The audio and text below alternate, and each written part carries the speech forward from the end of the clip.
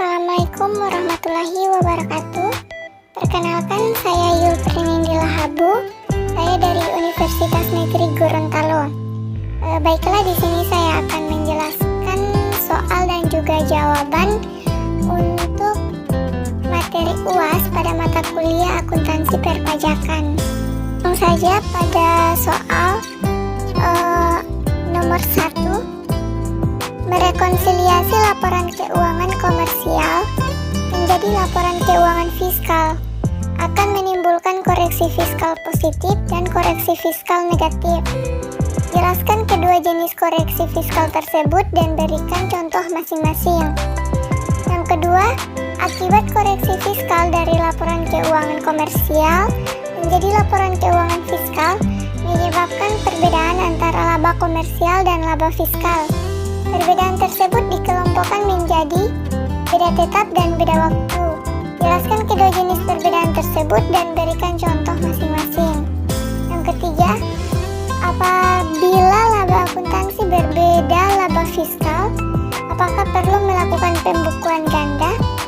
Jelaskan upaya yang Anda harus lakukan agar perbedaan laba tersebut dapat dipahami oleh pemegang saham maupun fiskus. Keempat, PT Berkah bergerak dalam bisnis perdagangan kain tenun. PT Berkah merupakan wajib pajak badan yang berdomisili di Jakarta. Informasi dan data laporan keuangan komersial PT Berkah pada tahun 2009 adalah sebagai berikut dalam ribuan rupiah. Baik, di sini ada contoh soal, bisa dilihat di kolom tabel.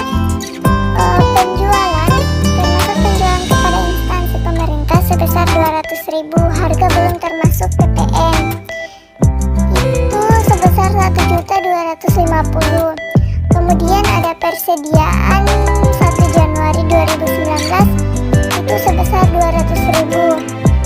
Pembelian sebesar 1 juta. Persediaan 31 Desember tahun 2019 itu sebesar 720.000. Kemudian beban operasional di sini ada gaji sebesar 55.000, tunjangan transport karyawan sebesar 45.000, beban makan kantor sebesar 6.000, beban pengobatan ditanggung perusahaan sebesar 20.000, beban training karyawan sebesar 15.000, beban seragam satpam sebesar 12.000, beban sanksi administrasi pajak sebesar 10.000, beban bunga pinjaman sebesar 7.000, cadangan penghapusan piutang sebesar 5.000, beban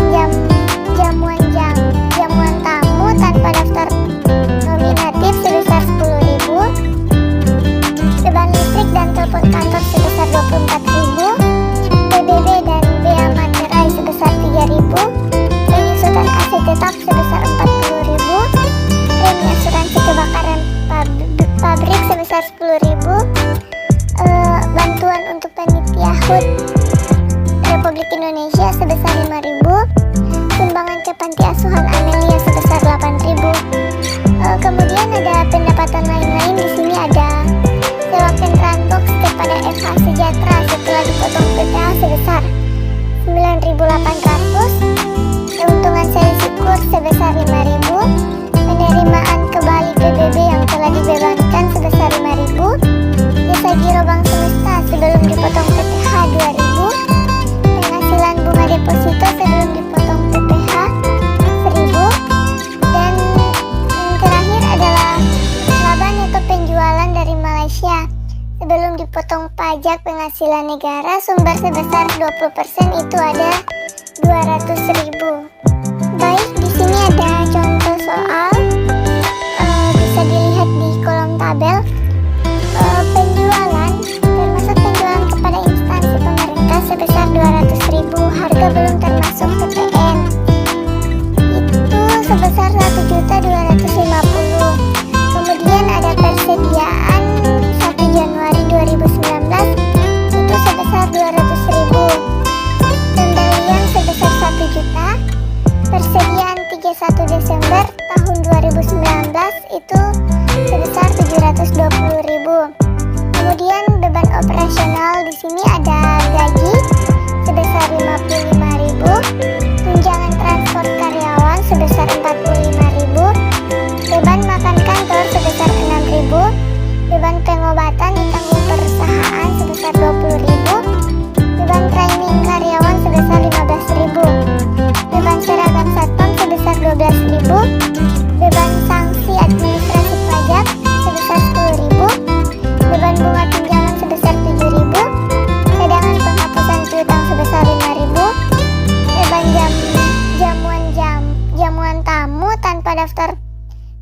negatif sebesar 10.000, beban listrik dan telepon kantor sebesar 24.000, PBB dan bea materai sebesar 3.000, penyusutan aset tetap sebesar 40.000, premi asuransi kebakaran pabrik sebesar 10.000, bantuan untuk panitia HUT Republik Indonesia sebesar 5.000, sumbangan ke panti asuhan Amelia sebesar 8.000.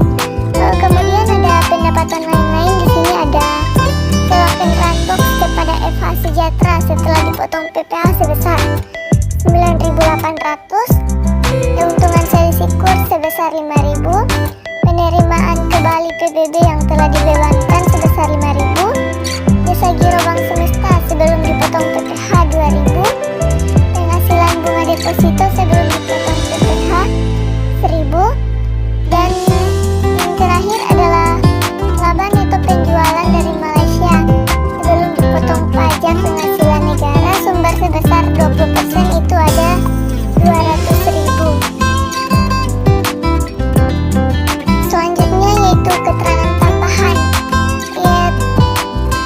Di sini ada kolom tabelnya, terdiri dari jenis aset, tahun beli, harga beli ini udah dalam ribuan rupiah. Nah, jenis aset di sini itu ada bangunan permanen, tahun belinya itu ada tanggal 6 Juli tahun 2016 dengan harga belinya yaitu sebesar 400.000. Kemudian jenis aset selanjutnya yaitu kelompok 1 dengan tahun beli tanggal 10 Desember tahun 2017 dengan harga belinya sebesar 60.000. Penyusutan fiskal menggunakan metode garis lurus. Pernyataannya, buatlah rekonsiliasi fiskal untuk PT Berkah sehingga diketahui penghasilan kena pajaknya. Baik, di sini sudah ada jawabannya, saya sudah menjawabnya. Nomor 1 itu ada koreksi positif. Koreksi positif biasanya dilakukan dengan adanya beban yang tidak diakui oleh pajak atau non pajak deductible expense pasal 9 ayat 1 Undang-Undang PPh. Kemudian ada penyusutan komersial lebih besar dari penyusutan fiskal. Kemudian ada amortisasi sosial lebih besar dari amortisasi fiskal. Selanjutnya itu ada penyesuaian positif fiskal lainnya. Di sini juga ada contohnya, beban yang tidak diakui oleh pajak pasal 9 ayat 1 Undang-Undang PPh. Yang pertama itu ada pembagian laba dengan nama dan dalam bentuk apapun. Yang kedua, biaya yang dibebankan atau dikeluarkan untuk kepentingan pribadi pemegang saham, sekutu atau anggota. Yang ketiga, premi asuransi kesehatan, asuransi kecelakaan, asuransi jiwa, asuransi dwiguna, dan asuransi beasiswa yang dibayar oleh wajib pajak orang pribadi. Yang keempat, penggantian atau imbalan sehubungan dengan pekerjaan atau jasa yang diberikan dalam bentuk natura dan kenikmatan. Yang kelima, jumlah yang melebihi kewajaran yang dibayarkan kepada pemegang saham atau kepada pihak yang memiliki hubungan istimewa. Yang keenam, harta yang dihibahkan, bantuan atau sumbangan dan warisan. Dan yang terakhir yaitu biaya PPh. Selanjutnya di sini ada koreksi negatif. Koreksi negatif terjadi apabila laba menurut fiskal berkurang. Koreksi negatif biasanya dilakukan akibat adanya hal-hal sebagai berikut. Yang pertama itu ada penghasilan yang tidak termasuk objek pajak pasal 4 ayat 3 Undang-Undang PPh. Yang kedua, penghasilan yang dikenakan PPh bersifat final pasal 4 ayat 2 Undang-Undang PPh. Yang ketiga, amortisasi sosial lebih kecil daripada amortisasi fiskal. Yang keempat, penghasilan yang ditanggungan pengakuannya. Yang kelima, penyesuaian fiskal negatif lainnya. Di sini juga ada contohnya. Yang pertama itu ada penghasilan yang tidak termasuk objek pajak pasal 4 ayat 3 Undang-Undang PPh. Yang kedua, bantuan atau sumbangan. Yang ketiga, harta termasuk setoran tunai yang diterima oleh badan. Yang keempat,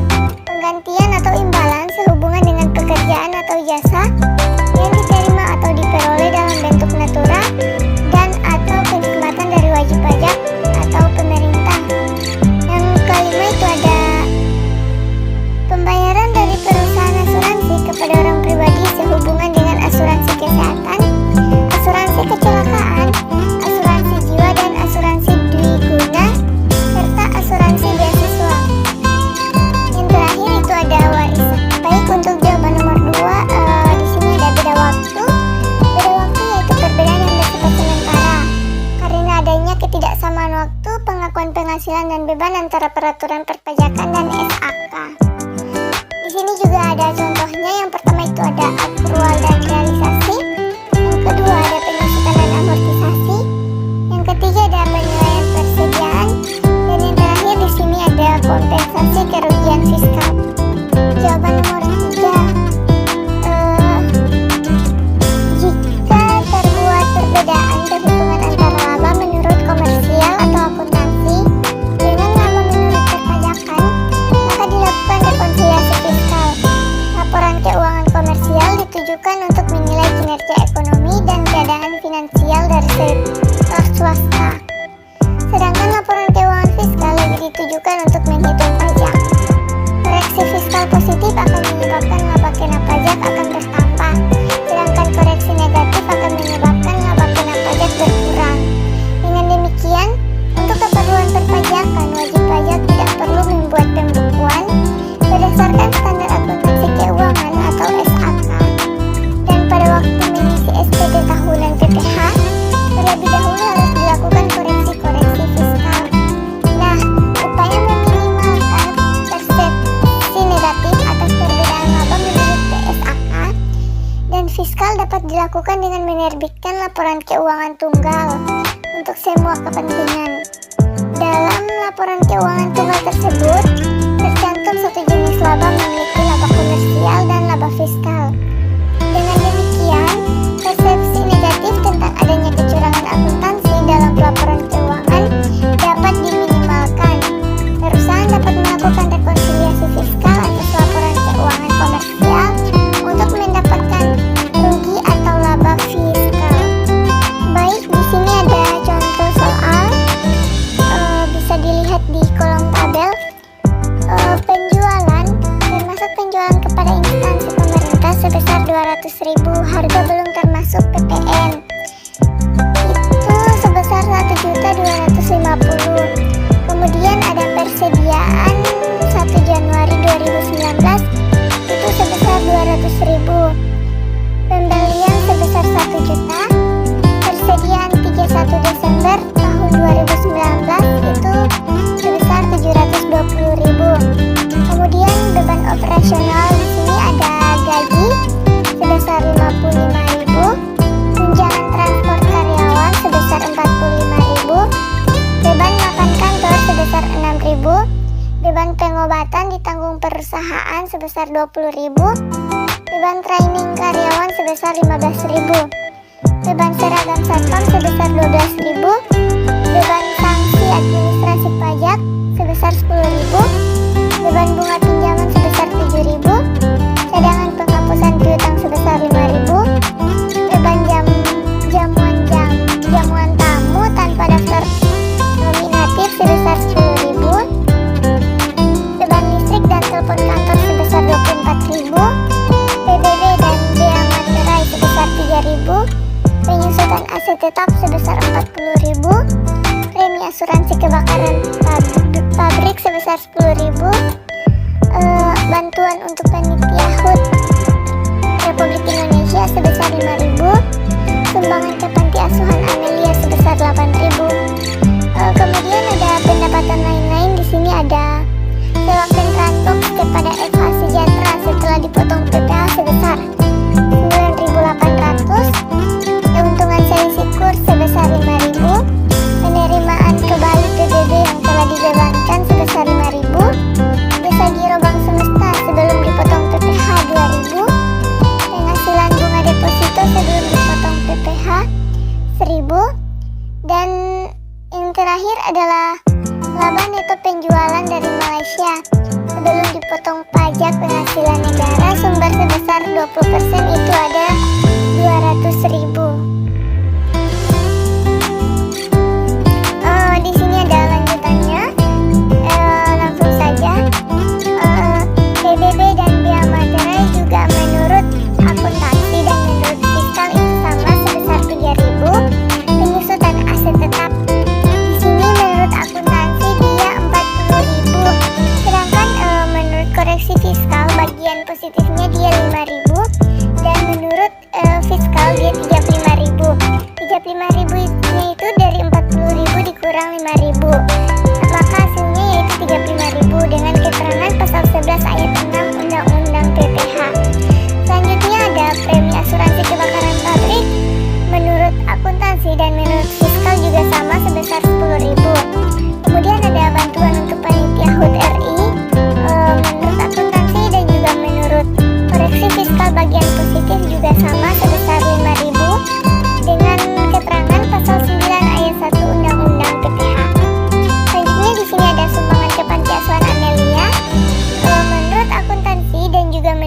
koreksi fiskal bagian positif, dia sebesar 8.000 dengan keterangan pasal 9 ayat 1 Undang-Undang PPH. Selanjutnya di sini ada total beban operasional, dia sebesar 275.000 itu menurut akuntansi, dan menurut fiskal dia sebesar 212.000. Kemudian ada penghasilan neto usaha, menurut akuntansi dia sebesar 495.000 dan menurut fiskal dia sebesar 538.000. Selanjutnya di sini ada penghasilan dari luar usaha, di sini ada sewa kendaraan box FA Sejahtera, menurut akuntansi dia 9.850. Sedangkan menurut koreksi fiskal bagian positif dia 150. Nah, untuk menurut fiskalnya dia 10.000, itu dari 9.850 ditambah dengan 150 dengan keterangan pasal 4 ayat 1 Undang-Undang PPH. Selanjutnya ada keuntungan selisih kurs, dia menurut akuntansi dan fiskal sama, yaitu sebesar 5.000. Selanjutnya ada penerimaan kembali PBB, menurut akuntansi dan fiskal juga sama sebesar 5.000. Kemudian ada jasa giro bank semesta, menurut akuntansi dan juga menurut koreksi fiskal bagian negatif dia sama sebesar 2.000 dengan keterangan pasal 4 ayat 2 Undang-Undang PPH. Selanjutnya ada penghasilan bunga deposito, menurut akuntansi dan juga menurut koreksi fiskal bagian negatif dia juga sama sebesar 1.000 dengan keterangan pasal 4 ayat 2 Undang-Undang PPH. Selanjutnya di sini ada total penghasilan dari luar usaha, dia sebesar 22.850 di bagian menurut akuntansi, sedangkan menurut fiskal dia sebesar 20.000.